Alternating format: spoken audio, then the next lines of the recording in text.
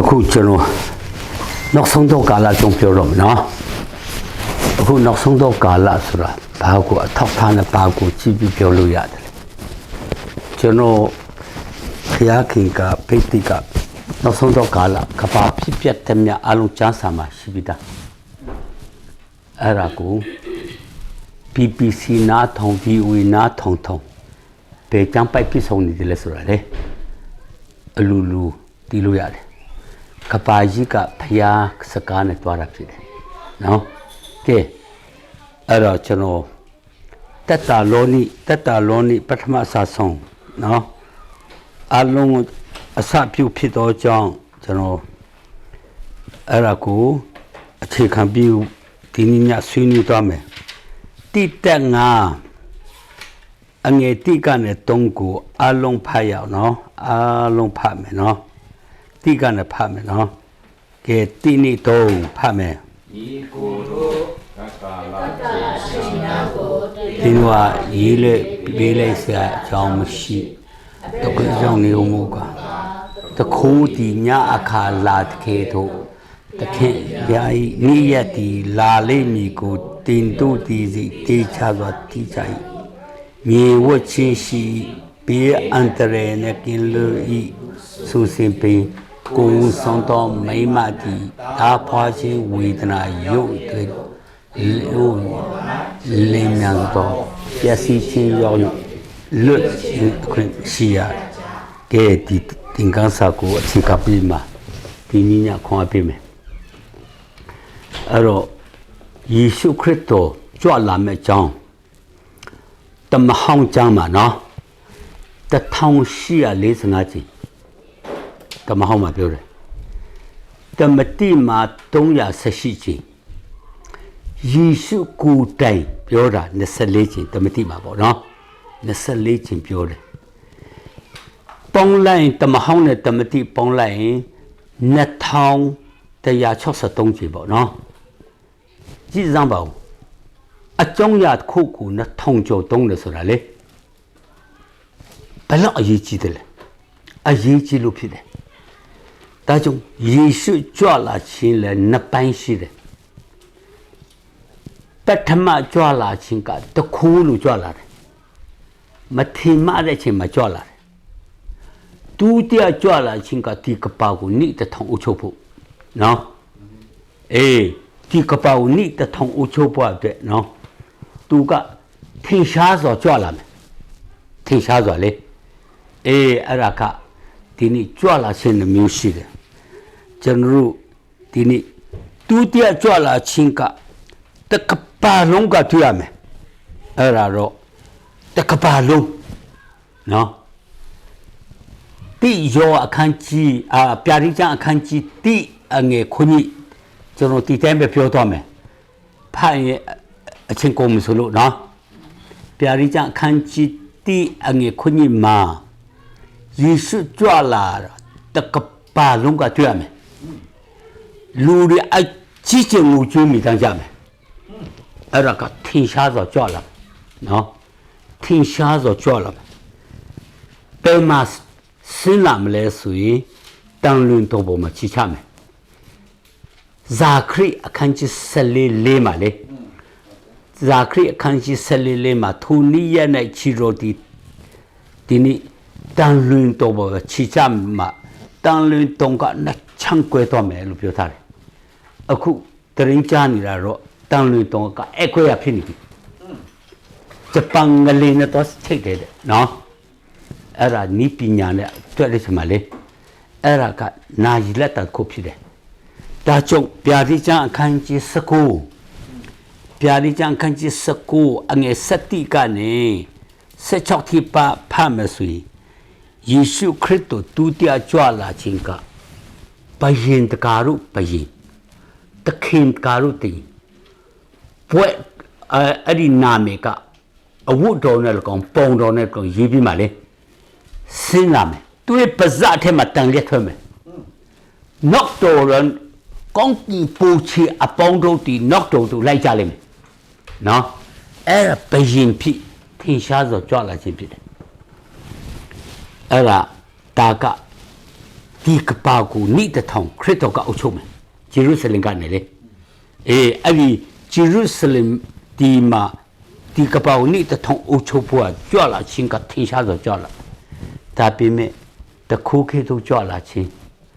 အခုငါတို့တဲ့အရေးကြီးတာတော့တခိုးခေတို့ကြွလာခြင်းလေပေါ့နော်အတန်တော်ကခုနဖတ်တယ်နော်အတန်တော်ကတခိုးခေတို့ငါကြလိုက်အဲ့ဒါကညီဝချင်းရှိတဲ့ညီကိုတို့ကကလာအချင်းများကိုတင်းတော့ရေးပေးလိုက်စရာအကြောင်းရှိတခိုးတီညအခါလာခေတို့တခင်ဖယားဤနိယတိလာလေမိကိုတင်းတို့တေချာဆိုတိချိုက်ညီဝချင်းရှိတဲ့ပြအန်တရနဲ့ကင်းလို့လေဆူစင်ပြီအဲ့ဒါကအရှိလေပိုင်ငင်းချမ်းတော်ပြီငင်းချမ်းတော်မယ်အရှိလေပိုင်လေဣသရေလသူညင်သွားမယ်ဣသရေလသူညင်သွားတဲ့ချိန်မှာအဲ့ဒီချိန်မှာတော့ယေရှုခရစ်တော်ချစ်ဆုံးခြင်းလာမယ်အဲ့ဒါတခုခေတ်တို့ကြွလာတယ်ပြာရိကျမ်း16အငယ်16မှာကြည့်မယ်ဆိုရင်အတန်တော်ကတခုခေတ်တို့ငါလာဤဒီမှာကြည့်တခုခေတ်တို့ငါလာဤအဝတ်အချီးစီးနဲ့တွာလာ၍သူတပါရှိမှရှက်စရာမရှိဘူးနူးလက်နေတဲ့လူတွေမင်္ဂလာရှိတယ်တဲ့လားအဲ့ဒါချစ်ဆုံးချင်းအဲ့ဒါကကိုဝုကိုစောက်တဲ့လူအဲ့ဒါကကိုပြင်ဆင်တဲ့လူပေါ့အဲ့မှာချစ်ဆုံးချင်းပါတော့မယ်အဲ့ဒါကအတန်တော့ကကိုအဝတ်အချီးစီးနဲ့တော့ရှက်စရာမရှိဘူးဝိညာဉ်ကနူးပြီးနေပဲမှာလေကိုအဝတ်ကိုစောင့်တဲ့လူမင်္ဂလာဆောင်ဝတ်ခေါ်တယ်အဝတ်နှမျိုးရှိတယ်ကျမ်းစာထဲမှာလေဟေရှာယ60အငယ်10ကျမ်းပိုက်မှာမှတ်ထားလိုက်နော်ဟေရှာ60အငယ်10မှာကြည့်မစို့ကဲတင်ချင်းဝတ်လုံးနဲ့ဖြောက်မှချင်းဝတ်လုံးတစ်ခုရှိတယ်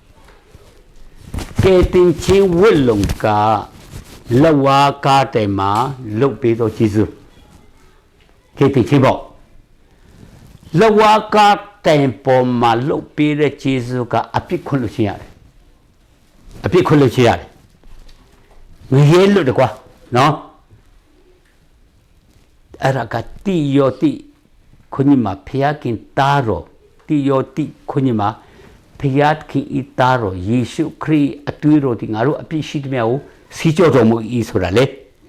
လက်ဝါးကားတိုင်မှာလုတ်ပေးတော့ဂျေဇုဘာဂျေဇုလဲလက်ဝါးကားတိုင်မှာခွင့်လို့တာလေကဲတင်ချင်းအဲ့ဒါကလဝါကားတိုင်ပေါ်မှာလုတ်ဆုံချက်ကိုတပေါ်ပေါက်တပေါ်တူရဆိုရင်ငါတို့ရေတော့ဆရာမလူဘူးပေါ့နော်တပေါ်ပေါက်ဝင်ခန္ဓာနဲ့တိအပြစ်ခွင့်ချရတယ်နိထာဝရထက်ရတယ်ဖယားတာပြစ်ခွင့်ရတယ်ခွင့်နာမဲ့ကောင်းကင်စင်ဝင်ရတယ်မဟုတ်လားအဲ့ဒီအစင်ကလဝါကားတိုင်မှာလုတ်ပြီးတော့ဂျေဇုအဲ့ဒါကေတင်ချင်းဝတ်လုံးဘာဝတ်လုံးလဲကေတင်ချင်းဝတ်လုံးနောက်ဖြောက်မှချင်းဝတ်လုံးဆိုတာရှိတယ်နော်ဒီဟေရှာယမှာပြောတာကေတင်ချင်းဝတ်လုံးနဲ့ခြုံဝတ်စင်စီဖြောက်မှချင်းဝတ်လုံးနဲ့ခြုံတယ်ဆိုတာလေဒီမှာနေမျိုးပြောထားတာအဲ့ဒါကေတင်ချင်းဝတ်လုံးကလဝါကားတယ်မှာလို့ပြီးတော့ဂျေဇုကဲတပေါ်ပေါက်တာနဲ့ဒီအစီရောက်တော့ပြီဒါပေမဲ့ခရိယန်ဒီကအကျင့်စာရိတ္တပြောင်းလဲတယ်လားဆိုမပြောင်းလဲဘူးဟုတ်တယ်နော်အဲ့ဒါကတော့လူလို့မရဘူးကဲတင်ချင်းဝတ်လုံရတာယေရှုလို့ဆုံးချက်ကြောင့်ငါတို့ဝိညာဉ်ထဲမှာဖျားခြင်းဝတ်တယ်တဲ့လားခြင်းဝတ်တယ်ကဲတင်ချင်းရတယ်နော်အဲ့ဒါကကဲတင်ချင်းဝတ်လုံဖြစ်တယ်ဖျားကူဝိညာဉ်ထဲမှာရောက်လာတယ်ဖြောက်မချင်းဝတ်လုံကလူထဲကနေဖျားသခင်လုတ်ပေးသောဂျေဇုဟာလေလုယာအာမင်လူထဲကနေဖျားပဲလုတ်လာအရက်တောက်တဲ့လူကအရက်မတောက်ချင်ဖျားလုတ်ပေးတယ်ခိုးတဲ့လူကမခိုးအောင်လုတ်ပေးတယ်လင်းတဲ့လူကမလင်းချင်အောင်လုတ်ပေးတယ်အဲ့ဒါကဒီနေ့လူထဲကနေလူထဲကနေနီးပြီးမှဖျားလုတ်ပေးတာတော့စာတမာနလက်ကနေလွတ်မြောက်တယ်အာမင် စာတမန္တတဲ့လက်ကလူမြောက်တာလူထဲကလုပ်ပေးတာလေတာကြုံပါလို့ဆိုမတူဘူးတာကြုံဝတ်ဆုံဝတ်လုံနှစ်ခုဝတ်ရတယ်ကဲတင်ချင်းဝတ်လုံလောက်နဲ့မလုံလောက်ဘူးကဲတင်ချင်းဝတ်လုံကကောင်းကင်လို့တော့ငရဲမကြဘူးမဟုတ်လားသူတို့တမီးမဖြစ်ဘူး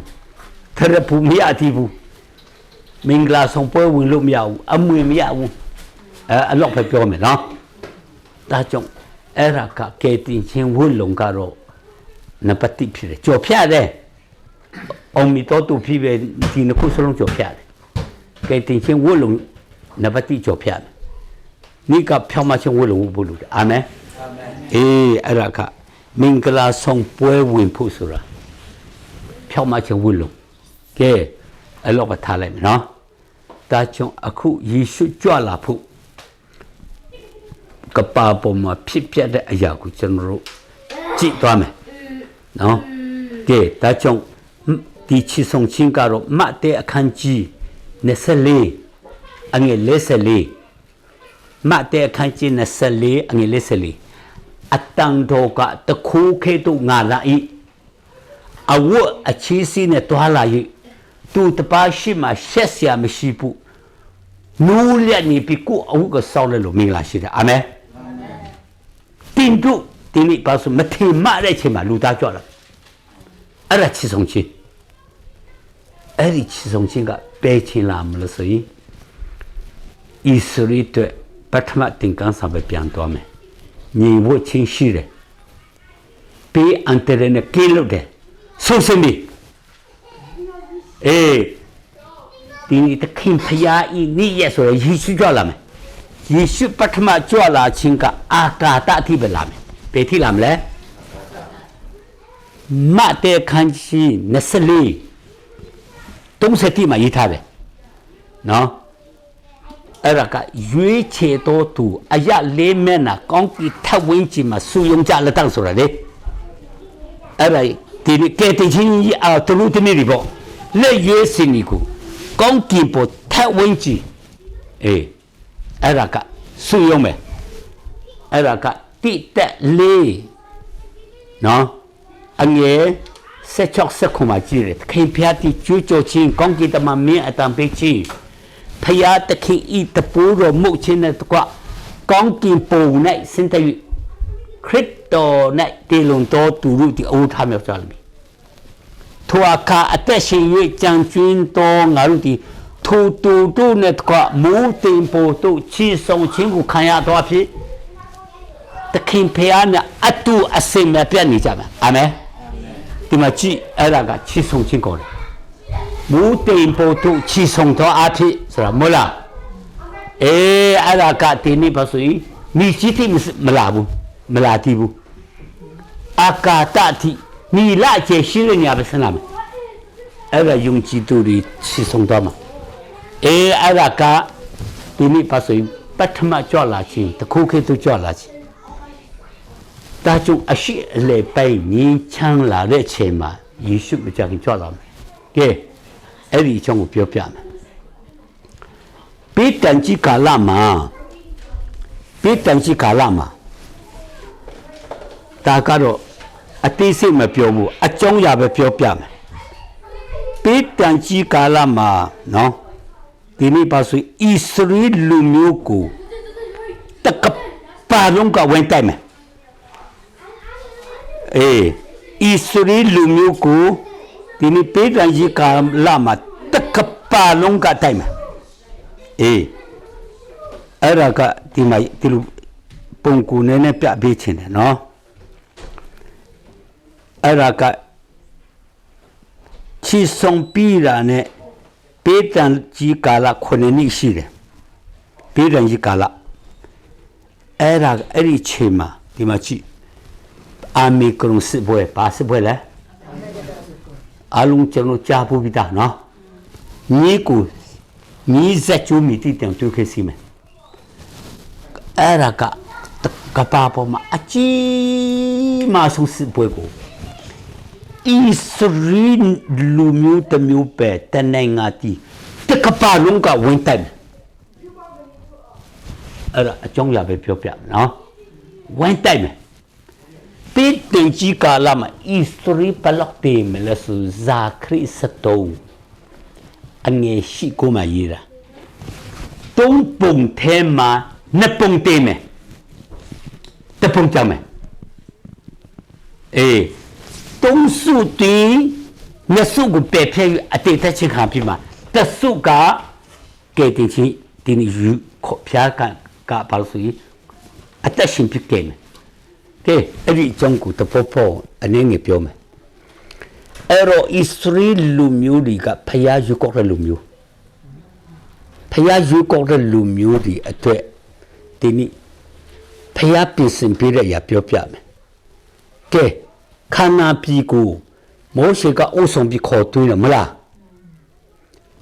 တရားသူကြီးမဆာအကျမ်းပိုက်မှတဲ့လူမှတ်ထားလိုက်နော်တရားသူကြီးမဆာအခန်းကြီး3အငယ်1ကနေ3မှာရေးထားတယ်ခန္ဓာပြီမှာတဲ့ရန်သူတွေကိုအကုန်မရှင်းဘူးတဲ့ရန်သူတွေကအကုန်မတက်ဘူးပေါ့နော်ဘာကြောင့်စီညုံလာနော့သားဒီကိုစစ်ပညာတောင်းလေရန်သူတွေကိုခြံပေးထားတယ်တဲ့ခုနမျိုးလောက်ရေးထားတယ်အညာလေ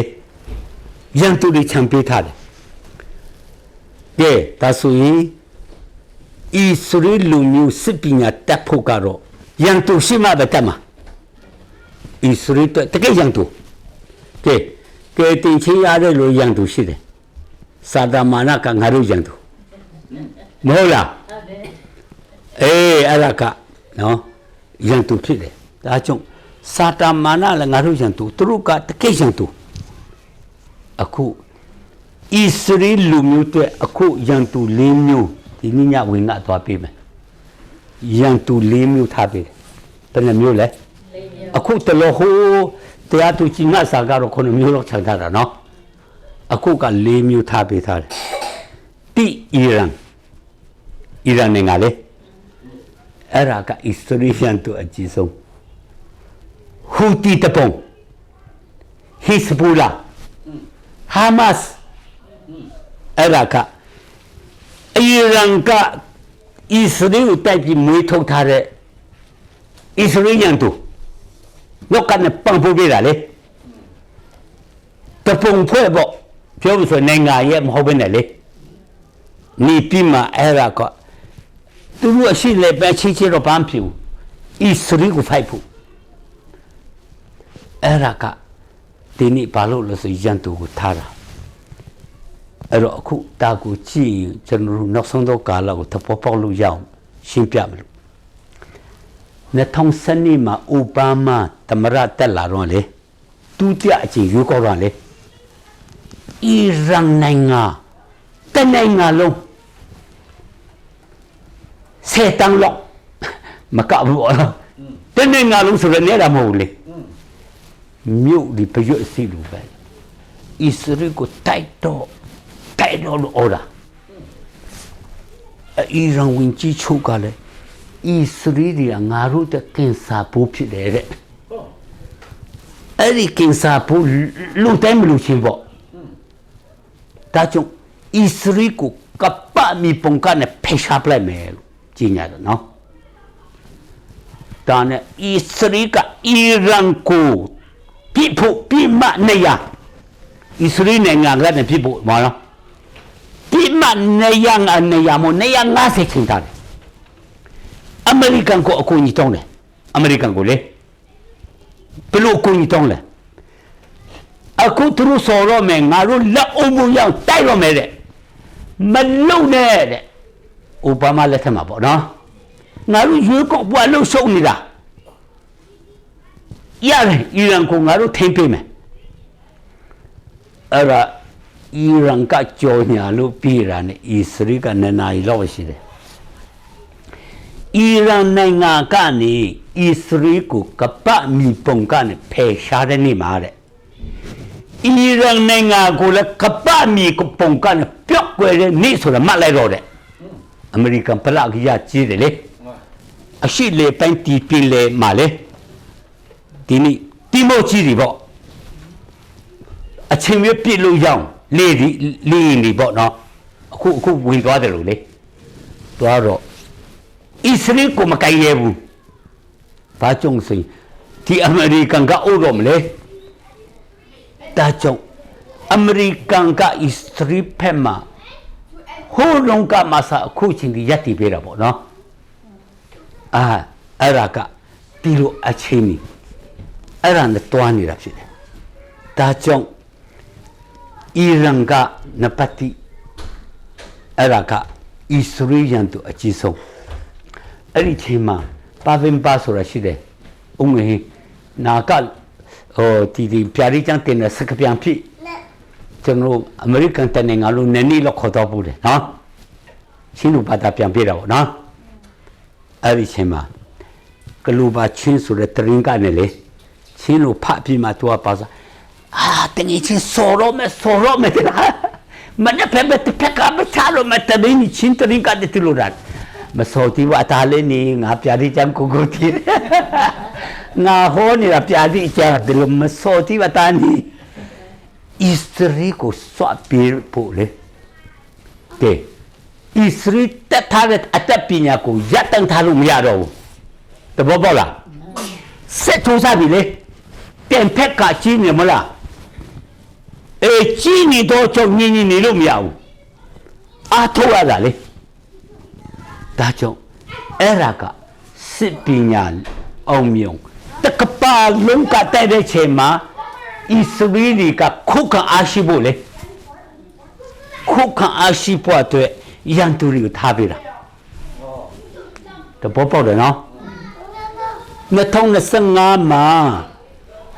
ဣသရေလဝင်ကြီးချုပ်နေတန်ယာဟုကကုလသမဂ္ဂမှာပြောမိခုံပြောတယ်လေတရင်ချတွေ့ဖို့လည်းရှိမှာပေါ့နော်သူဟောတော့မဆိုအကုန်ထက်ကုန်ကြတာလေအဲ့ဒီအချိန်မှာ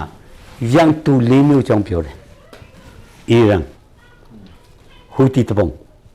ဟစ်ဘူလာဟာမတ်လေသူတို့ရှင်းနေရတယ်ဆိုတာလေကောင်းဆုံးဒီကိုနော်တခုမကြောင်ငါတို့ရှင်းနေရတယ်ဆိုတာကိုသူကုလသမဂ္ဂမေခုံးမှာပြောသွားတာအခုက2023ခုနှစ်ဇလန်စာပုံပြောတော့နော်2023ခုနှစ်အောက်တိုဘာလ9ရက်ဟာမတ်စ်ကဂါဇာကနေလေဂါဇာကနေအကျန်းဝင်စီးတယ်မလား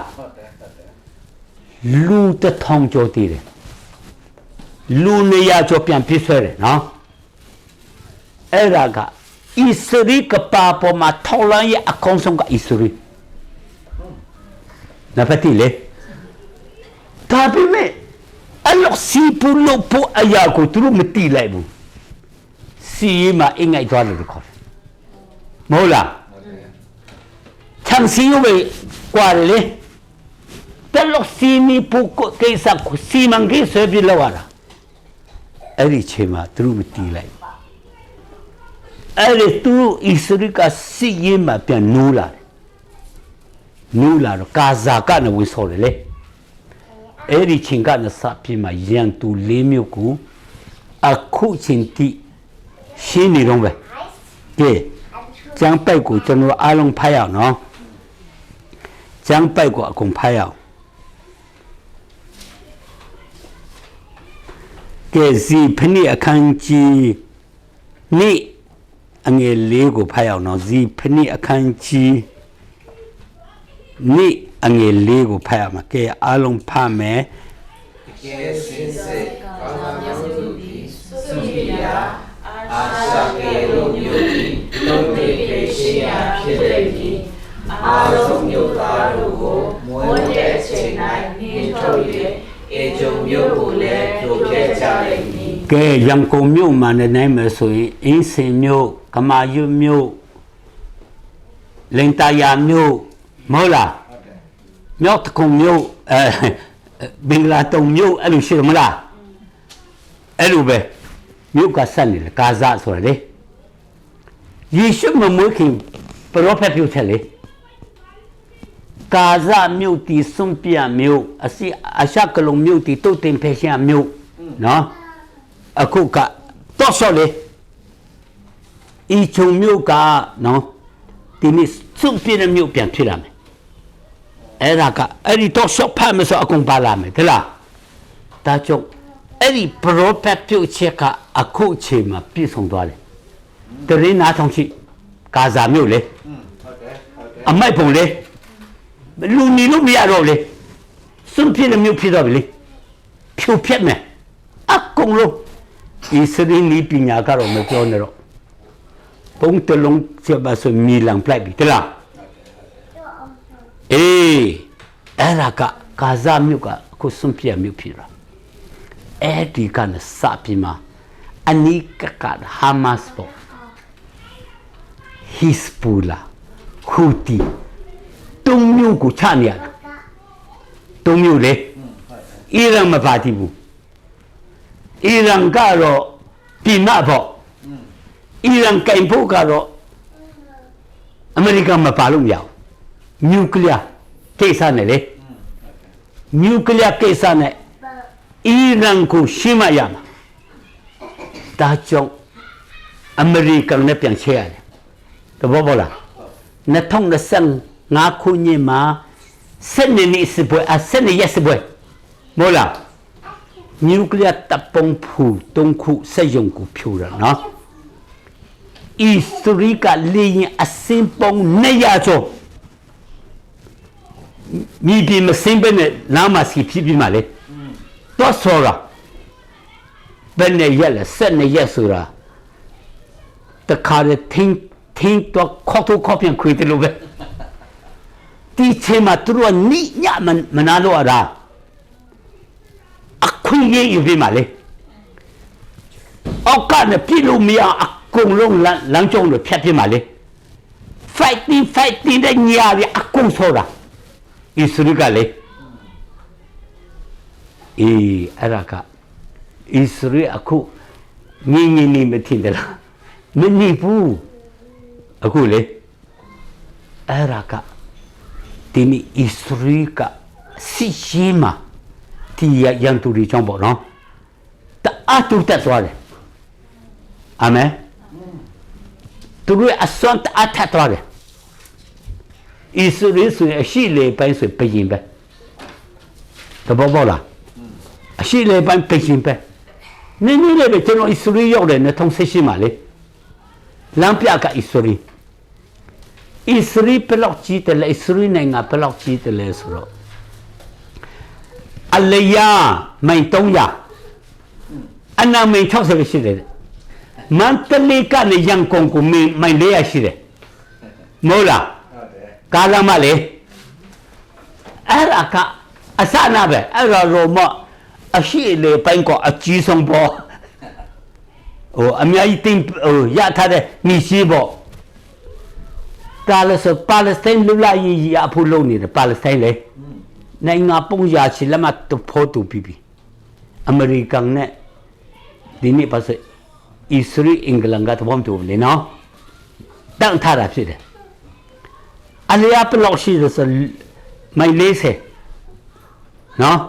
45အနံဘလောက်လဲဆိုတော့9မိုင်နိုင်ငံနဲ့ထူထောင်ဖို့လေ9မိုင်လေချီချင်းတော့နည်းနည်းမကြောက်သေးလားစီကာဇာကတိလေးပဲအချီချင်းမဟုတ်ဘူး45မိုင်ဆိုဘာမှမဟုတ်ဘူးချီချင်းနဲ့ရက်လျှော့ဟိုဘက်ဒီဘက်ရောက်နေလေကားနဲ့ဆိုပြောနေတော့နော်အဲ့ဒါကဒါကြောင့်အဲ့ဒီအနီးကက်ကိုဒီနေ့ပါလို့လို့ဆိုလွတ်လပ်ရေးကိစ္စနဲ့ပြဿနာရှင်းပြီးမှအခုဇလန်ဒီအာချီချေhis ဒီနေ့ပါလို့ဆိုဟာမတ်ကွန်ဆောင်တက်လာတမြကိုရှင်းတယ် his ပူလာကွန်ဆောင်ရီတက်လာတမြရှင်းတယ်ဟူတီတော်လိုင်းပတ်တက်လာတမြရှင်းတယ်2026မတ်လနေရက်နေ့မှာတော့အီရန်ကိုဆော်တယ်လေတဘောပေါ်လားသူတို့ရဲ့ပြင်ပေါ့နော်ဝင်ကြီးချုပ်ပြီအကြီးဆုံးကလည်းစားတာအဲ့ဒီတေတော်တူတချင်းပြန်ရွေးတယ်လေတူ တိယချင်းကောင်းဆောင်တွေလူ80ကျော်စီဝေးကြီးမှာလေပုံကြသွားတယ်အဲ့ဒီဘုံဘလူဆော်တယ်လဲဆိုရင်လေဒီမှာကြည့်အာကာတတိဣသရေလနိုင်ငံကနေတင်လိုက်တယ်လေဟိုသွားတယ်လို့ပေါ့လက်ခမဘူးသွားတယ်လို့လေသူအပင်းဟိုတုံးကအားဖြုတ်တာပေါ့နော်အဲ့ဒါဖြုတ်အာကာတတိရောက်သွားတာ ਨੇ ဒီဖက်ပြန်လှည့်ပြီအီရန်နိုင်ငံလေအင်တာနက်ဒီဝါနဲ့စလုံးကနေကြည့်လို့မရဘူးအပေါ်တဲ့ကနေသူအားလည်းရှိတယ်ဆွဲအားလည်း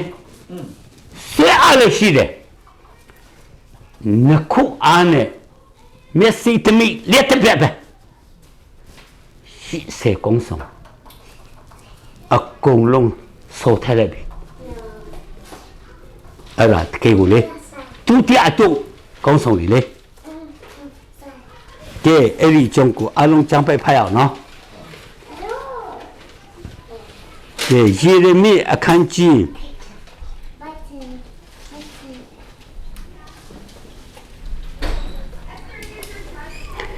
ယေရမိအခန်းကြီးလေးစကိုအငယ်34ကနေ38ဖတ်မယ်နော်34ကနေ38ဖတ်မယ်အလုံးဖတ်ရအောင်နော်ကဲဖတ်မယ်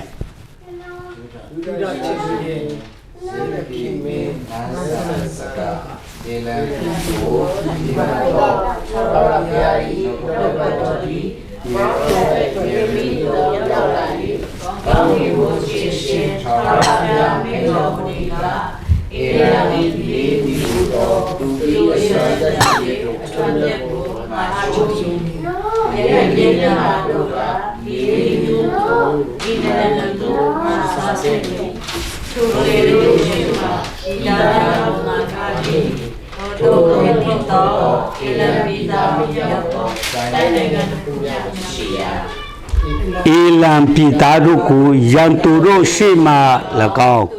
အသက်ကိုရှာတော်သူတို့ရှေ့မှ၎င်းငါကြောက်လန့်စေ၍ပြင်းစော်သောငါ၏အမျက်တီးသောပေဥပကိုသူတို့အပေါ်သို့ရောက်စေမည်သူတို့ကိုမဖြတ်စည်းမိတိုက်အောင်သူတို့နောက်သို့တားကိုငါလွတ်လိုက်မည်ဟုသာဝရဖျားမိတော်မူအီလံပြည်၌ငါ၏ပလင်ကိုတည်ထား၍ရှင်ဘုရင်နှင့်မိသားတို့ကိုတုတ်တင်ဖယ်ရှိမည်ဟုသာဝရဖျားမိတော်မူရှင်ဘုရင်၌ရပြီရှင်ဘုရင်၌မိသားတို့မဟုတ်လားတုတ်တင်ဖယ်ရှိမယ်အခုခေါ်တာအီရန်နိုင်ငံလို့ခေါ်တယ်အီလန်ပြည်လို့ပြောတယ်ပေါ့လားဟိုတုန်းကပြည်လို့ခေါ်တယ်အခုနိုင်ငံလို့ခေါ်တယ်ပြည်ပေါ့ပြည်ဆိုတာအီရန်နိုင်ငံပေါ့အခုခေါ်ပေါ့အဲ့ဒါကဟိုးယေရမိလက်ထက်မှာပြောတာနော်ဇလန်ကအခုမှပြည့်စုံနေတာသူတို့ဒီနေ့ပါဆိုအစွမ်းတက်တီကိုငါချိုးမယ်အစွမ်းတက်တီဆိုချိုးလို့ဆိုဘယ်လိုချိုးအီရန်ကပြစ်တမြများကိုလေသူတို့များကိုချိုးလို့ပြောတယ်လေအဲ့ဒါကတုံးခုတုံးနေနဲ့လေခံချတယ်လေအဲ့ဒါချိုးတာပဲလေမျိုးကိုဆေးလို့မယ်လို့ပြောတော့မလားအခုကနေလူချင်းကိုခုတ်တာခတ်တာတဲ့အမြောက်ကနေစော်နေလေအဝေးကနေစော်နေကြပြီလေလေးမျိုးနဲ့လေအခုချနေကြပြီကဲဒါကြောင့်ဘာလို့လဲဆိုရင်ဖယားစကားကအဲ့လိုပြဆောင်တာရှင်ဘုရင်အဲ့ဒီအီလံပြည်မှာဖယားကငါပလင်တီးမယ်မဟုတ်လားဒါကြောင့်ဒီမှာကြည့်ဣသရေလလူမျိုးတွေမှာအဗြဟံပြောတယ်မြို့ကိုကောင်းကြီးပေးငါကောင်းကြီးပေးမယ်တင်းကိုကြည်ဆဲငါပါလဲကြည်ဆဲမယ်အဗြဟံကိုပြောရစကားလေဒါကြောင့်ကိုသူပြီးမှကျုံခါနမလားသူတို့ဆိုင်ရဣသရေပေါ်အခုဘေဘီလောက်ခင်တာဣသရေပေါ်ဒုက္ခပေးခဲ့တဲ့မြတ်ကိုပြန်ရေးရတယ်ထွက်ခါနေမှာလေနမိတ်လက္ခဏာမို့လားဒီပြက်လုံးကိုလောက်တာမဟုတ်လားတာဝရီကိုအကုန်တေးအဲ့ဒီကာလမှာပုတ်ချုပ်အရာရှိတွေအင်ထုံပြလိုက်မှာမြုပ်ပလိုက်တယ်လေတဘောဗလာအလစီနာ Israel Tini pasi Tukha pe Jaya de Tela Itini lau Chise de lunga Chise me piore Tachung Papalung Nenga Roma Yang Turi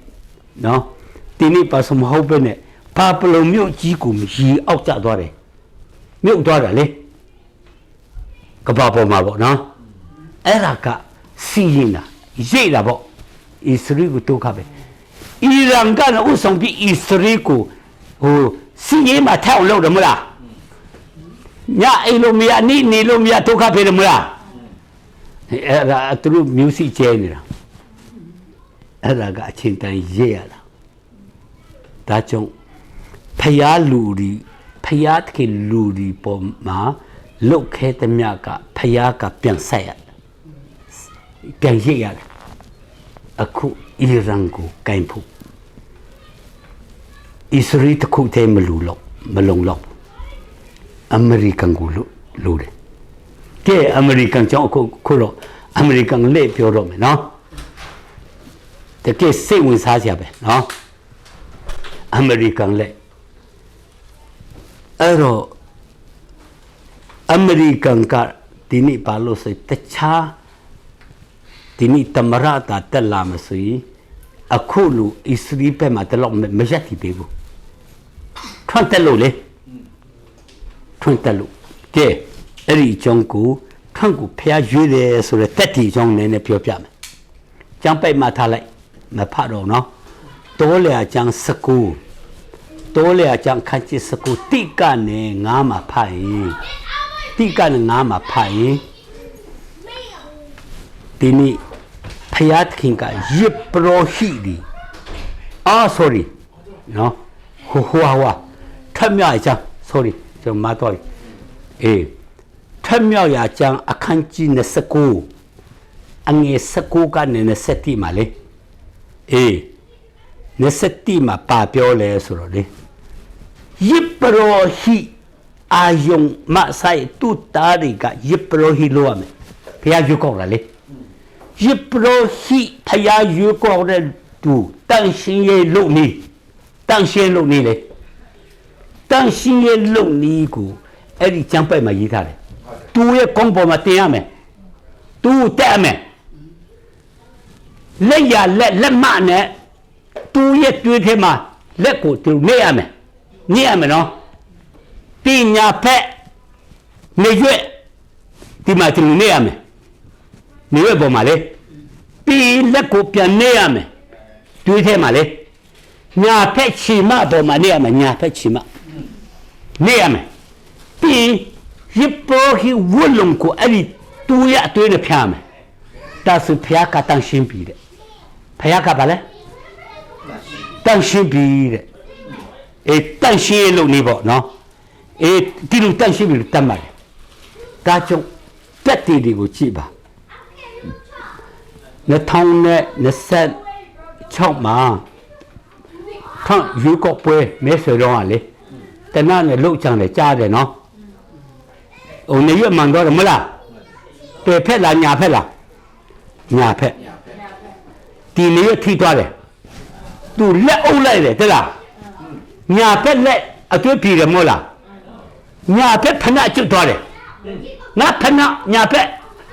ပြုတ်သွားပြီဆိုအော်လာလေအဲ့ဒါညာဖက်ချီတော့စီမာတီလက်ကရောက်သွားတယ်လေချီအိမ်ပေါ်မှာအသွေးဆုံးသွားပြီလေပြီးဒီကနဲ့ကြာဝလုံးပေါ်ကြာတယ်လေဝလုံးပေါ်ကြာတယ်မလားဒါဆိုရင်ဒီရှိပရိုဟိတန်ရှင်ရဲ့ထဲမှာပါသွားပြီတဘောပေါက်လားဖျားယူကောလားကဲကျန်ပိုင်မှာထားနော်အဲ့ဒါမှတ်ထားမယ်ယေရှုတူတဲ့ချင်းကြွလာရင်ဂျေရုဆလင်ကနေအုပ်ချုပ်မယ်ဘယ်ကနေအုပ်ချုပ်မလဲအဲ့ဒီချင်းအဲ့ဒီသူမတက်ခင်မှာ1995နော်95ခုနှစ်မှာအထက်လွှတ်တော်အောက်လွှတ်တော်ကသဘောတူပြီးအမေရိကန်လေဣသရေလမြို့တော်ကဂျေရုဆလင်မြို့ဖြစ်ရမယ်ဆိုတာကော်မတီမှာဆုံးဖြတ်ထားတယ်ပေတမရမအဲ့ဒီဆုံးဖြတ်ချက်ကိုအကုန်ထဲမဖော်နိုင်ဘူး ပြဿနာကြီးလို့လေမဟုတ်လားအေးကာဒီတေလီပြမြို့ကအစ္စရေးမြို့တော့လှုပ်ထားတယ်လေထွန်းတက်လာတဲ့ချိန်မှာငါတမရဖြစ်ဂျေရုဆလင်မြို့ကအစ္စရေးမြို့တော့ဖြစ်ရမယ်မဲဆိုတော့ကြွေးကြော်လေဒီဇင်ဘာလ6ရက်နေ့လားအဲ့ဒီနေ့မှာလေအဲ့ဒါကိုလက်မှတ်ရေးထိုးတယ်လက်မှတ်လေဒီတစ်ချက်ဟိုလေဟိုဖတ်ပြီးဗီဒီယိုဖိုင်ပေါ့နော်နည်းနည်းပြပေးမယ်အဲ့တော့ဣသရေလမြို့တို့ကဂျေရုဆလင်မြို့ဖြစ်ကြော်ညာတယ်နော်ကြော်ညာတာကိုကျွန်တော်တွေ့လိမ့်မယ်ဒီမှာကြည့်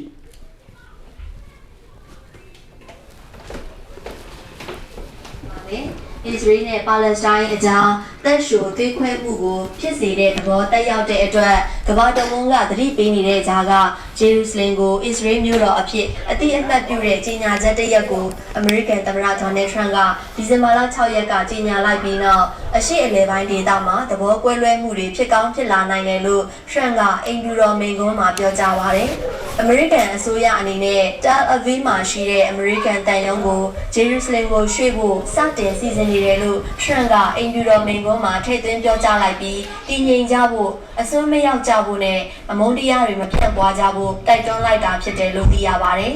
မွတ်စလင်ဂျူးခရစ်ယာန်ဘာသာဝင်တွေရဲ့အထွတ်အမြတ်ထားရာဂျေရုဆလင်မြို့ဟာကာလရှည်ကြာအရှေ့အလယ်ပိုင်းငြိမ်းချမ်းရေးကြိုးပမ်းမှုတွေအတွက်အရေးပါတဲ့ကိစ္စတွေထဲကတစ်ခုဖြစ်နေပါတယ်အမေရိကန်တန်ယုံကိုဂျေရုဆလင်ကိုရှိမယ်ဆိုရင်ထရန့်အနေနဲ့1995ခုနှစ်ဥပဒေကိုလိုက်နာဆောင်ရွက်ရမှာဖြစ်ပါတယ်အရှေ့အလယ်ပိုင်းတင်းမာမှုမြင့်တက်လာမှာကိုရှောင်ရှားတဲ့အနေနဲ့အမေရိကန်သမ္မတဟောင်းဘီကလင်တန်ဂျော့် W. ဘုရှ်နဲ့ဘာရက်အိုဘားမားတို့ကဒီကိစ္စကိုလျှစ်လျူရှုထားခဲ့ကြတာဖြစ်ပါတယ်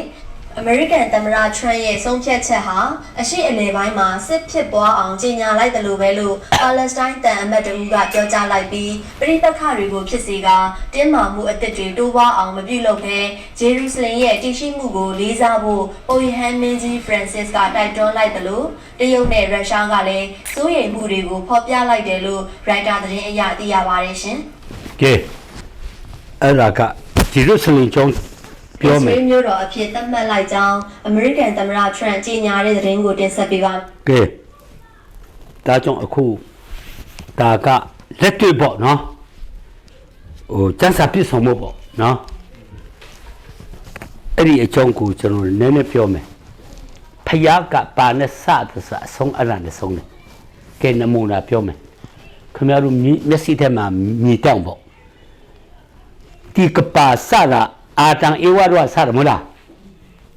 ဒီကပါကအေဒီဥရစတယ်ပါနစလဲအေးထောင်းမှာဆရာအေးထောင်းမှာထည့်တယ်ဟေးအဲ့ဒါကုန်းတယ်အဲ့တော့အေဒီဥရစတယ်လေဟုတ်လားအဲ့ဒါကြမ်းပဲမပေးဘူးနေ့တစ်ထောင်မှာ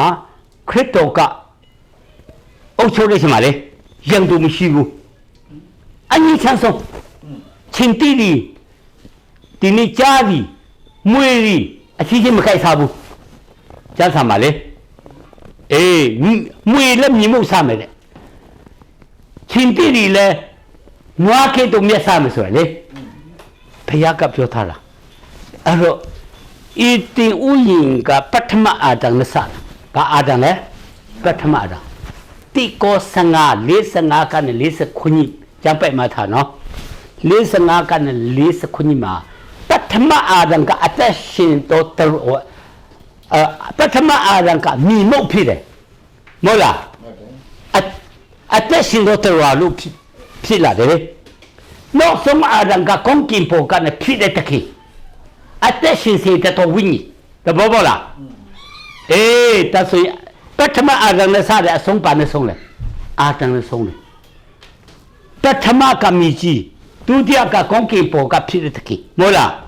ခရစ်တော်ဆုံးလာပေါ့နမူနာကြည့်မယ်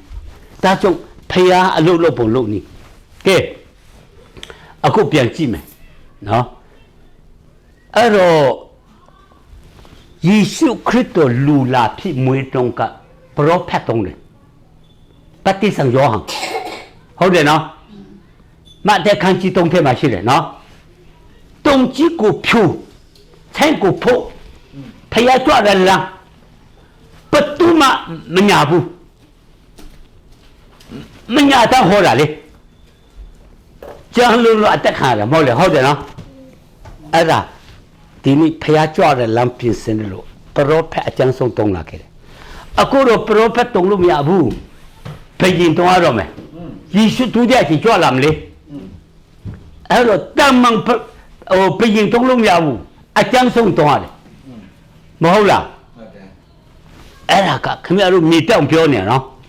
နောက်ဆုံးတော့ကာလမြေတောင်ပြောနေပြီအရေးကြီးတယ်ဒါကြောင့်ယေရှုခရစ်တော်သူကြွကြလာခြင်းပြင်ဆင်မဲ့ပုဂ္ဂိုလ်ဖခင်ကယူထားတယ် Trump တမရ Trump ပေါ့နော်ဖခင်ကယူပြီးမှပထမတက်တမ်းမှာဂျေရုဆလင်မြို့တော်ကိုဣသရေလမြို့တော်ဖြစ်ပုံဝင်သွားတယ်ခရစ်တော်ကဘယ်ကနေအုပ်ချုပ်မလဲဆိုကျမ်းပိုက်မှာထားလိုက်ယေရမိခန်းကြီး3ယေရမိခန်းကြီးအခန်းကြီး3အငယ်19မှာဂျေရုဆလင်မြို့ကိုထာဝရဘုရားပလင်းကိုခေါ်ရမယ်ဖျားပလင်းလေလူမျိုးအပေါင်းတို့ဒီထိုပလင်းကိုအမိပြုတ်သွားလာကြမယ်တဘောဘောလားဒါကြောင့်ဂျေရုဆလင်မြို့ကဘုပလင်းပြည့်ဆိုထာဝရဘုရားပလင်းဘုပလင်းလေဂျေရုဆလင်မြို့ကနေကပောက်ကိုအုပ်ချုပ်မယ်ဇာခရီအခန်းကြီး14အငယ်ရှိကိုမှအတိလင်းရေးထားတယ်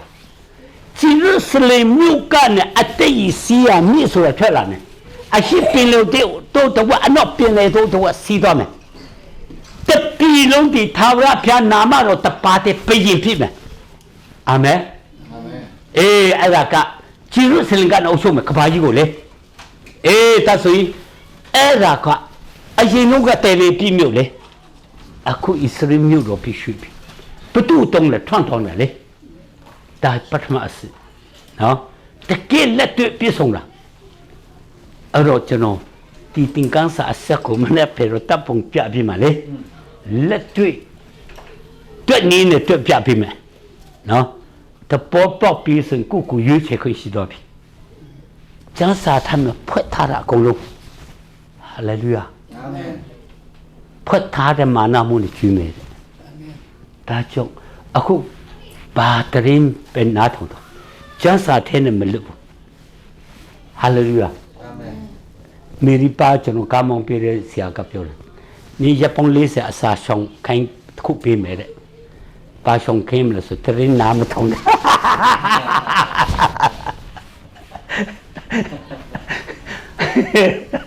မရှုံနိုင်မလားအဲ့ဒါတော့မရအောင်ကြံတာတော့ရတယ်ကျွန်တော်နောက်ဆုံးတော့ကာလတာနဲ့ပဖိုက်နေတာဒီကြံပိုက်ပြစ်ဆုံးဖို့သွားနေတာလေမဟုတ်လားဒါကြောင့်ဒါကဖျားစကားတယ်လေနော်ဒါကြောင့်ဖျားကင်စကားကိုပြစ်ဆုံးရဖြစ်တယ်ဒါကြောင့်ခရစ်တော်ကြွလာဂျေရုဆလင်မြို့အလို့ချုပ်ကဲဒီပန်ပညာရှင်တွေကပြောတယ်ဒီကပါမီကြီးအလေပခုပဲမလဲလို့စမ်းကြည့်တဲ့ချိန်မှာဂျေရုဆလင်မြို့ကအလေကပါရဲ့အလေဖို့ဖြစ်တယ်ဟုတ်တယ်ကြားဖို့မှာပေါ့အလေဖို့ဖြစ်တယ်ကဲကျမ်းပိုက်မှာယေဇကျေလခန်းကြီး9အငယ်9မှာယေဇကျေလခန်းကြီး9အငယ်9မှာဤပုံကဂျေရုဆလင်မြို့ပုံဖြစ်တယ်တိုင်းနိုင်ငံအလုံးရဲ့အလေဖို့မှာငါထားတယ်လက်ခုပ်ကြည့်အောင်အေးတာကြောင့်ဖယားကအလေကနဲ့လှုပ်တာလေကဲတန်ရှင်သောဝိညာဉ်တော်ဆင်းတယ်မလားနော်တန်ရှင်သောဝိညာဉ်တော်ဆင်းတယ်တော့တမန်တော်တိရှိနော်တမန်တော်တိရှိမှာတန်ရှင်သောဝိညာဉ်တော်ဆင်းတဲ့ချက်မှာပေကနဲ့ဆင်းတယ်လို့ဆိုရင်ဂျေရုဆလင်မြို့ဟုတ်တယ်နော်ဒီမှာကြည့်တမန်တော်တိရှိမှာဂျေရုဆလင်မြို့ထိုတော့မရှိတော့လေတင်တော့ပေါ်တော့တန်ရှင်သောဝိညာဉ်တော်ဆင်းတဲ့အခါမှာဂျေရုဆလင်မြို့မှာဆက်၍ယူဒပြည်ရှေမာရိပြည်မိရှိစုတောင်မောလားအေးပြန်သွားမယ်ဒါဆိုရင်တန်ရှင်သောဝိညာဉ်တော်တုံးလုံးတော့ကပပေါ်မှာဘယ်မြို့ကလည်းဆက်လဲဂျေရုဆလင်ကနေဆက်လို့လေမဟုတ်လားအေးဒါကြောင့်ဒီနေ့ဖယားအလုံးလို့အလေကနဲ့လို့ ဒါကြောင့်အဲ့ဒီအလေကဘယ်မှာလဲအလေလောက်နောက်ထပ်မြို့ကတော့ဟုတ်ပါတယ်မြို့လေဒါမဲ့မြို့ဒီလိုထိတဲ့ညာပေါ့များကိုဒီလိုထောက်လို့ရတဲ့ညာလေအဲ့ဒါကပိမှန်တော်ဆောက်တဲ့ညာပိမှန်တော်ဆောက်တဲ့ညာကဲကပ္ပဦးကျမ်းအခန်းကြီး20အငယ်1နေ့မှာထာဝရအရှင်ဘုရားခင်ဒီအာဗြဟံခေါ်တော်မူမောရိတောပေါ်မှာငါပြလက်တန်းတော့တောပေါ်မှာလေမေတ္တာဣဇက်ကိုမရှိရပြုပူဇော်လို့ကဲပဲမှာပူဇော်ခဲ့တယ်မောရိတောမောရိတောလေကျန်စာတေချာချူ3ရက်ခီးတွားရတယ်မောရိတောပေါ်မှာဣဇက်ကိုပူဇော်ရမလားအဲ့ဒီဣဇက်ကအရေးခရစ်တော်ကစစ်ကဲအဲ့ဒါကဖယားအလုတ်လုံးပုံအကုန်ချုံကြည့်အကုန်မျိုးမိတယ်တာနဲ့ဆဆအဆုံးမတွေ့တယ်ကဲဣဇက်ပူဇော်တဲ့ညာကျမ်းပဲမှတ်ထားမယ်နော်ယောဟန်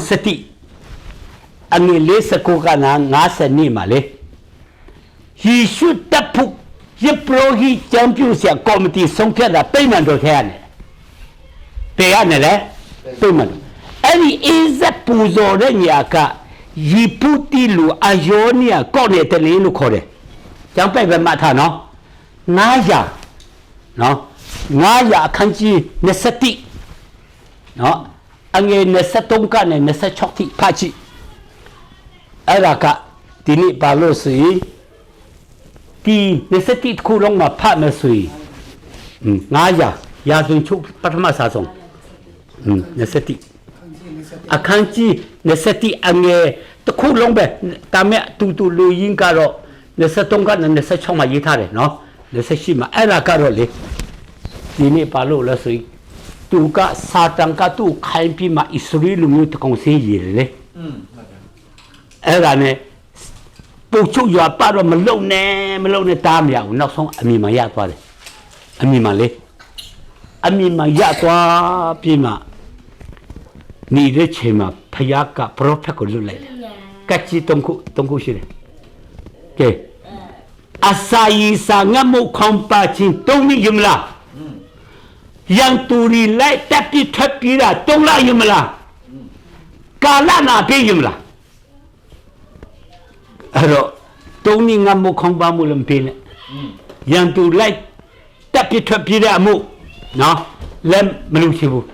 ဖယားလက်တော်မှာကြောက်ပါစေဆိုတာကာလနာလေလူခွနဲ့တုံးတယ်ပြီလူခွနဲ့တုံးလေတေးပြီးမှဒီနေ့ဘာလို့လဲစီသူကဟိုလေကွန်ကီတမန်ကလက်ကိုဆန်းလာလေဂျေရုဆလင်ဖြတ်စီဖို့လေဖယားကတော့ပြီးတယ်မင်းလက်တံပြီးတယ်ရုပ်တင်တော့တယ်လားပရောဖက်ကိုလွတ်ပြီးမှအပြစ်ပြာကြီးအာယောညကောင်းနေတယ်လားအဲ့ဒါအပြင်ဖက်ဟိုမြူယူရဲ့အပြင်ဖက်ပေါ့အဲ့ဒီတော့လေခွက်ပေါ့တုံရခွက်ပေါ့အဲ့ဒီတုံရခွက်မှာအာယောညမိသားစုစပတ်တိတ်နေတယ်ရှိမှလေတာဝိကအချံရံနဲ့ရောက်လာတော့ပုံနဲ့မရဘူးတိတ်လာနေပြီထွက်ပြီးမှခါရတုကိုချီခိုးပြီးမှလေပါလို့ဖို့တီကူလာတယ်လေနော်ဘာဟုတ်နေတော့ခပေးဖို့လာတာမို့နေကောက်နေတဲ့လေးမှာရစ်ပူဇော်ဖို့ပေါ့နော်နွားလည်းရှိတဲ့တစားပလာရှိတဲ့ယူပါငါအလကားနဲ့မယူရွှေ6ပိတ်တာဘယ်လောက်လဲ6ပိတ်တာနဲ့ဝယ်ပြီးမှလေအဲ့ဒီတုံလာခွဲပေါ့ဝယ်ပြီးမှအဲ့မှာရစ်ပလင်တီပြီးမှအပြည့်ဖြာရစ်ပူတော့ဇက်ချမှာကောင်းကင်ကမြည်ကြတယ်မလားရစ်မီလောင်သွားတယ်ဣသရေလလူမျိုးကာလနာညှိသွားတယ်ကဲကျမ်းပဲ့မှာထားရာဇဝင်ချုပ်တုံးကြဆဆောင်အခန်းကြီး3တိကနဲ့3မှာလေအဲ့တော့ဒီနေ့တာဝိပြခဲတဲ့ညာဟိုလေတာဝိရစ်ပူဇော်ခဲတဲ့ညာလေအယောနဲ့ကောက်နေတဲ့လေမော်ရီတုံပေါ်မှာလေပြန်လာပြီရှောလမုန်လက်ထက်မှာပိမှန်တော်ဆောက်တယ်ဘာဆောက်လဲအဲ့ဒီပိမှန်တော်ကဣဇက်ပူဇော်တဲ့ညာ ကဲယေရှုလည်းညာတေးတန်ချတယ်လေမာကုခန်းကြီးစငါမာကုခန်းကြီးစငါဆက်ချောက်ကနဲ့ဆက်ဖို့မှာကြည့်ဖယားကျုံပိတ်မန်တော်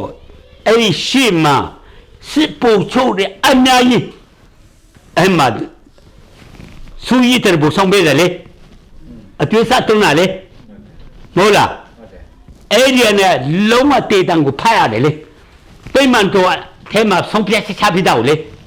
ဒီလိုတေးတန်ကြတယ်ဆိုတာလေကာရီမတေးရဆိုတာအချပ်ပြမှာကရာနီကုန်းပေါ်မှာတက်တာလေဒါဆိုရင်အေးဇက်ပူဇော်တဲ့ညာယေရှုလည်းပူဇော်တယ်ကဲကျမ်းပိုက်မှာထားမတဲခန်းကြီး24ဒီနေ့မှာပါပြောလို့ဆိုရင်တပည့်ရီကပိတ်မှန်တော်ကနေထွက်ပြမှာလေအိုးဒီပိတ်မှန်တော်ဘလောက်ကောင်းတယ်လဲဆိုတော့ချီကျူးတယ်မလားဒီပိတ်မှန်တော်ကြောက်ခုပေါ်မှာခုမတင်မနဲ့ဖြူဖြက်တဲ့ကာလလာအေတီ30မှာပြောတာပေချင်းပြောလဲအေတီ30မှာပြောတာယေရှုတည်တာအေတီ30မှာလေ90ခုနှစ်မှာအဲ့ဒီပါပလုံဟိုလေယောမစစ်ပူချုနော်တီတူကဥဆောင်ပြီးမှအဲ့ဒါတိုက်ပြီးမှအဲ့ဒီပိတ်မှန်တော့ဖြူဖြတ်ပလိုက်တယ်အခုတော့အဲ့ဒီညမှာဘာဖြစ်သွားတယ်လဲဆိုမွတ်စလင်ပလီဘာလဲ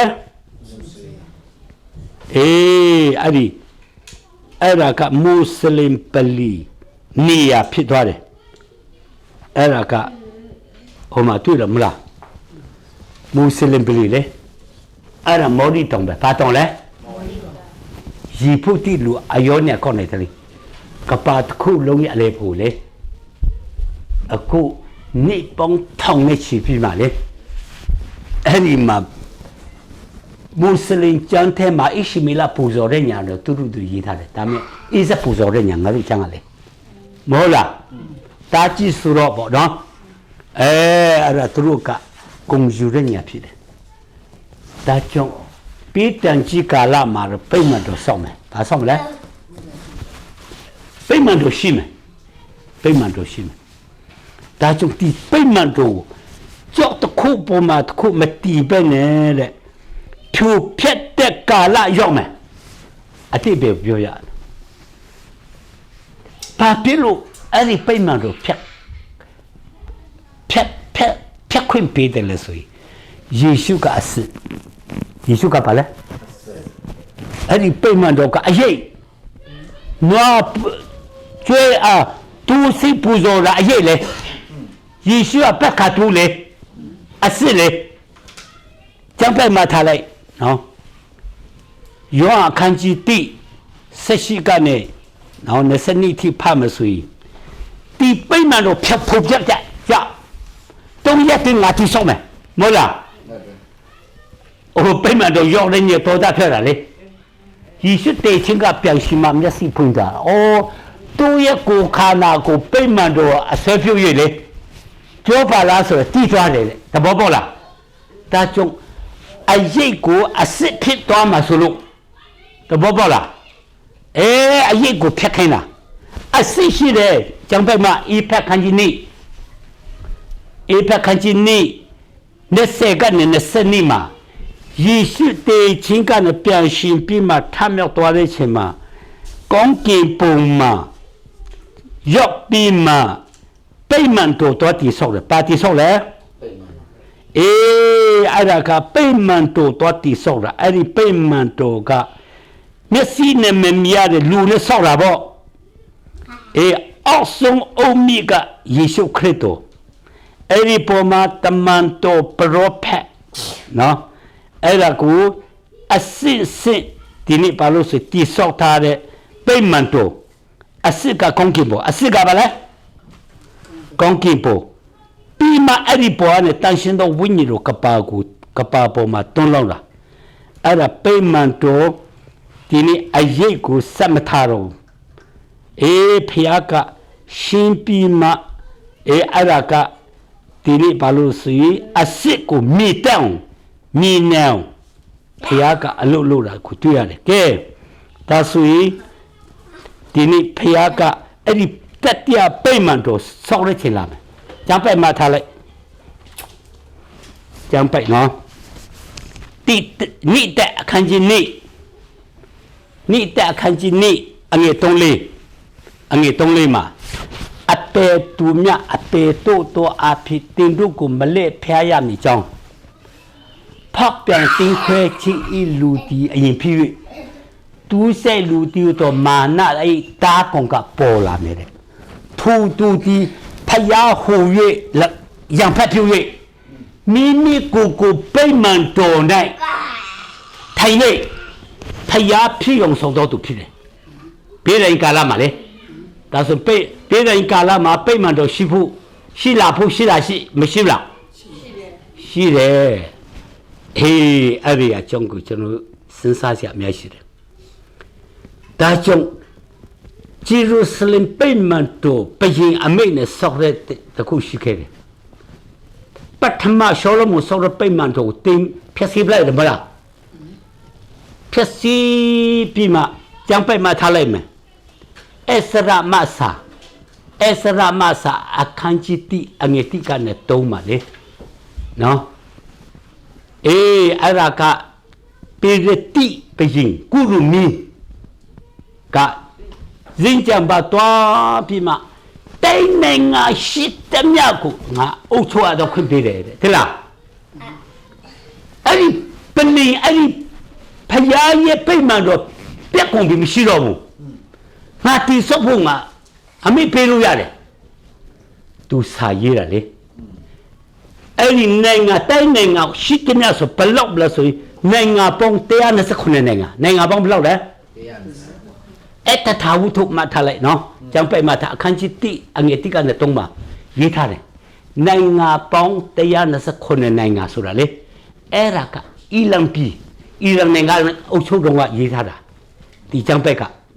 အီလန်နိုင်ငံကနေရေးထားတဲ့ကျမ်းစာသားဖြစ်တယ်ဒါကြောင့်အဲ့ဒါကနိုင်ငံပေါင်း129အခုဆိုရင်အင်ပါအဲ့ဒီတော့အင်ပါယာခေါ်တယ်ဘယ်လိုခေါ်လဲအခုတော့ကုလသမဂ္ဂခေါ်တယ်အတူတူပဲအဲ့ဒီအတိဆုံးဖြစ်တဲ့ချိန်မှာအဲ့ဒီဘယင်ကနော်ကုရုမီကအမိတ်ထုတ်တာလေဣသရေလလူမိုင်းပိမှန်တော့ဆော့ဖို့အကုန်ပြန်စီအဲ့ဒါပါပလုံဆိုတာအီရတ်နိုင်ငံပါပလုံဆိုတာပါလေအီရတ်နိုင်ငံမှာကျုံဖြစ်ပါပလုံတင်ကြတယ်မလားအဲ့ဒီဘယင်အမိတ်ဆိုတော့ဘယ်သူမှမနာခံအခုပြန်ခွင့်ပေးတာလေအဲ့ဒါကိုရူမီဆော့ခွင့်ပေးတာကဲအခုနမူနာခုမျက်စိထမြင်ပြောပြတယ်အခုဣသရေလဒီနေ့ဘာလို့ဆိုတန်ဖို့အထာရဆုံးဘယင်ကထွန့်ဖြစ်တယ်ဘောလားအခုအရှိလေပငင်းချမ်းကြီးအီဂျစ်မှာ2025မှာလေနိုင်ငံ20လက်မှတ်ထိုးတယ်ကာဇာပြန်လေတိဆောက်ဖို့လေနိုင်ငံပေါင်း20လက်မှတ်ထိုးတယ်လေသူကကော်မတီဥက္ကဋ္ဌပြမယ်ပေါ့မောလားအဲ့လိုဖြစ်လာဖို့ကရန်သူ၄မျိုးရှင်းမယ်ဘယ်လိုမျိုးလဲကျန်တဲ့လိုပြဿနာမရှိဘူးဣသရေလကအရှိအလေပိုင်းမှာရင်းချမ်းရအများလုပ်ပြီးမှစစ်စကန်တွေမှာတော့တိဆောက်ထားတာစစ်စကန်တွေလေဒါကြောင့်အခုအဲ့ရကအီရန်ဒီရန်သူ၄မျိုးကိုရှင်းဖို့အဲ့ဒါပထမလို့အဆွေချိုးမှလေသူတို့အားရှိနေလို့ရလားမရဘူးဒါကြောင့်အခုဖယားကဣသရေလကိုအမေရိကန်နဲ့တွေ့ပြီးမှလေအမေရိကန်ကဘာကိုအုပ်ချုပ်တဲ့နေရာကဲနမူနာပြောမယ်ကဲအခုကကုလသမဂ္ဂလို့ပြောရမလားအဲ့ဒါအင်ပါယာပဲနိုင်ငံပေါင်း193နိုင်ငံဟိုတော့ကပြည်လို့ပြောတယ်လေဒါခုခေါ်တော့နိုင်ငံလေအုပ်ချုပ်တာအခုအမေရိကန်ကအုပ်ချုပ်တယ်ဘယ်နိုင်ငံမှာအုပ်ချုပ်တယ်လဲဆိုအဲ့ဒီနိုင်ငံမှာယုံဆိုင်ရတယ်အခုအမေရိကန်ကပအုပ်ချုပ်တယ်ဆိုတော့နယူးယောက်မှာကုလသမဂ္ဂယုံရှိတယ်လေမဟုတ်လားဒါဆိုရင်ကပကိုအုပ်ချုပ်တဲ့နိုင်ငံကအမေရိကန်ဖြစ်သွားပြီအားလုံးကလူရီဟောကင်ခမန်ချီဖြစ်စီပရိုဖက်ပြူချက်ဖြစ်စီ2020ခုဆိုရင်28ဆိုရင်ဟိုလေထ ထွန်းတက်တန်းနာတော့မလဲတက်တန်းကုန်တော့မလဲ28မှာ29မှာတက်တိအပိတ်မှန်တော့ဆောက်ခွင့်ပေးလိုက်မယ်သူကလုတ်ပင်ခွင့်ရှိတယ်လေကပောက်အုပ်ချုပ်တယ်လေမဟုတ်လားဘယ်သူမှသူ့လူတက်တိမရှိနိုင်ဘူးတက်တနာမရင်ဆိုင်နိုင်ဘူးအဲ့တော့မနေ့ဖျက်ဆွေးနော်ဒီအကြောင်းကောင်းကောင်းမျက်လုံးထဲပေါက်သွားအောင်လေကာလအပိုင်းခြားနဲ့တွေ့ပြမယ်ဒါဆိုရင်ခင်ဗျအေးတဲ့ညီအားနဲ့မနိုးလို့မရဘူးမနိုးရင်နေနာသွားပြီနော်ကပါဖြစ်နေတာကိုကျမ်းစာထဲမှာမရှိတာမရှိဘူးဟာလေလုယာအာမင်ငါတို့ကပါတာရေးမှုပုဂ္ဂိုလ်တော်ဖေအာမင်အာမင်ကျွန်တော်မြန်မာပြည်မှာရှိတော့မိကြီးနာမှာတင်တန်းသွားပြရကြအင်ပါမာအင်ပါယာရှိခုကြောင့်တင်လာကျန်ပိုက်မှာခုရှိတည်တာလေအီဂျစ်အင်ပါယာပါပလုံအင်ပါယာနော်ပြီးအီရန်အင်ပါယာဂရိအင်ပါယာယောမအင်ပါယာဟိုနိုင်ငံပုံချုပ်အင်ပါယာကုလသမဂ္ဂအင်ပါယာစေတင်တော်ဗုဒ္ဓဘာသာနိုင်ငံရေးတမသူတငယ်ချက်ခေါ်လာပြီးနားထောင်ခဲ့တာကျွန်တော်နဲ့စကားလာပြောတယ်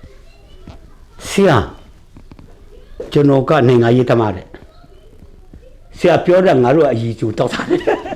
အခုတည်တယ်ငါထိုးဆောင်တာကမင်းတို့ကြံပိုက်ထက်ကထွက်လာတာလေပါနိုင်ငံစကြံပိုက်နဲ့ကိုရောက်လာတာလေအဲ့ဒါအငိုးဆုံးပဲတဲ့ကျွန်တော်သူ့ပြောတယ်အားပေးတယ်ငါတို့ကဘာသာရေးမှုပုဂ္ဂိုလ်ဖျားအဲ့ဒါခမရကိုကိုရမယ်ဖျားအာမင်ယုံမဲ့တူဒီလိုဖျားမယုံမှာပေါ့ကျွန်တော်လည်းဖုန်းကြောင်းနဲ့ပြောလဲလာတာ53နှစ်မြောက်ရောက်ပြီအဲ့တော့83ခုနှစ်မှာလေဖုန်းကြောင်းကလည်းချင်းတီမိမှာဒီချင်းဆရာဒေါက်တာဟောလန်ခန်ကနေချင်းပေးလို့လေဖုန်းကြောင်းနဲ့ကျွန်တော်ခါတယ်ဟိုထွက်ပြရတယ်လေအဲ့ဒါအမှုတော်တက်ပါဝင်လာတာ53နှစ်မြောက်ရောက်လာပြီအာမင်ဒါကြောင့်အိုးဖျားအကြောင်းတီးလီတန်ဖိုးကြီးလီကျွန်တော်ကစဉ်းစားတယ်ယုံမဲ့တူတီလူကကနာနာတီမယုံရတာကြည်နေတာကျွန်တော်ကပါနေဆိုဖျားဖက်မှာရက်တီပြီးမှမဲဆွဲပေးတယ်လို့လေပါတီမဲဆွဲကုပါတီကုန်ကျတာပြောရမလားတပေါ်အင်တစီလိုက်ရှင်းတယ်မလားအဲ့တော့ကျွန်တော်ကအဖော်ရှာရင်းနဲ့နေလို့စီရောက်လာငါတို့ပြရဘလောက်ကောင်းတယ်စကြညာဘူးငါတီးတယ်လို့တီးခံစားတယ်လို့ခံစားအဖော်ရပြီဗောအာမင်ကြည်နေတာဗောဟာလေလုယာဒါကြောင့်ညီကိုမောင်မတို့ကျွန်တော်ဘာသာရေးထဲမှာတွားနေတာမဟုတ်ပုဂ္ဂိုလ်ဖျားဖြစ်ခြင်းကိုဖော်ထုတ်ရဖြစ်တယ်ကဘာကြီးကပညာရောက်နေဆိုရင်အခုတီးခွင့်ရတယ်ကျမ်းစာထဲမှာမရှိတဲ့ຢာနဲ့ဖျားကစကားပြောရင်ဖျားကမတရားတဲ့ဖျားဖြစ်တော့မှာပေါ့မဟုတ်လားဖျားကအခုရှိပြီးသားကိုကအပြင်းထူလို့တော့မဖတ်မိတော့ကိုပြပေါ့အားလုံးလေဒါကြောင့်ချစ်တော်ညီကိုမမတော့ကျွန်တော်ဖျားကဘလောက်အောပွဲဖြစ်နေဆိုလေဒါကြောင့်အခုကပါကိုအုပ်ချုပ်တာအမေရိကန်ကပါကိုအုပ်ချုပ်တာဗါလဲအမေရိကန်ထဲမှာဒီနေ့အကျန်းဆုံးကတော့ထမ်ပဲဒီအီရန်ကိုလည်းကိုင်းနေဟာတတိလည်းရှိတယ်သူ့ကိုအန်တူပြမှာအသက်ခံလည်းကြီးတယ်ဒါမဲ့ဖျားသူ့ဖက်မှာရှိတယ်အာမင်ကျန်းစာဖရာတမီကိုဖရစနိရောမလေရောက်ချလုံးနေတယ်လေမဟုတ်လားကဲစာတန်တော်တာထဲဒုက္ခပြေးတာလိုက်တက်ဖို့လေ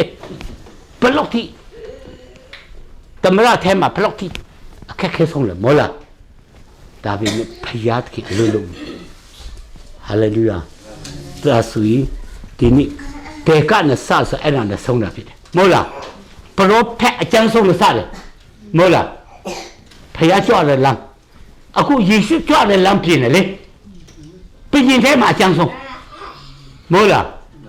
တခြားနိုင်ငံကနေအစ္စရေးကိုတလူအီရန်ကိုတော့ကင်လို့မရဘူးအီရန်ကလည်းပြင်ပဲရှိလေပိုင်းတော့သူချောင်းဆိုးလဲအကောင်အမီကိုမနိုင်ငံကြီးပဲနော်အဲ့တော့အမေရိကန်ကနေချောင်းဆိုးတော့မှသူအမီကထုံချတည်ရလားနော်ဟေးဒါကြောင့်အစ္စရေးကတော့အခုတက်လာတဲ့ရန်သူတွေလိုက်ရှင်းနေကောင်းဆောင်တွေလေနောက်ဆုံးအခုပြောနေတယ်အီရန်မှာခုခံအားမလဲတော့မရှိတော့ခုငင်းချမ်းပဲပူတင်ပြီအဲ့တော့ဒီမတင်ပို့ရည်လက်ကြားရည်လက်မလားပိတ်ဆို့ပြခုထိနေပြီ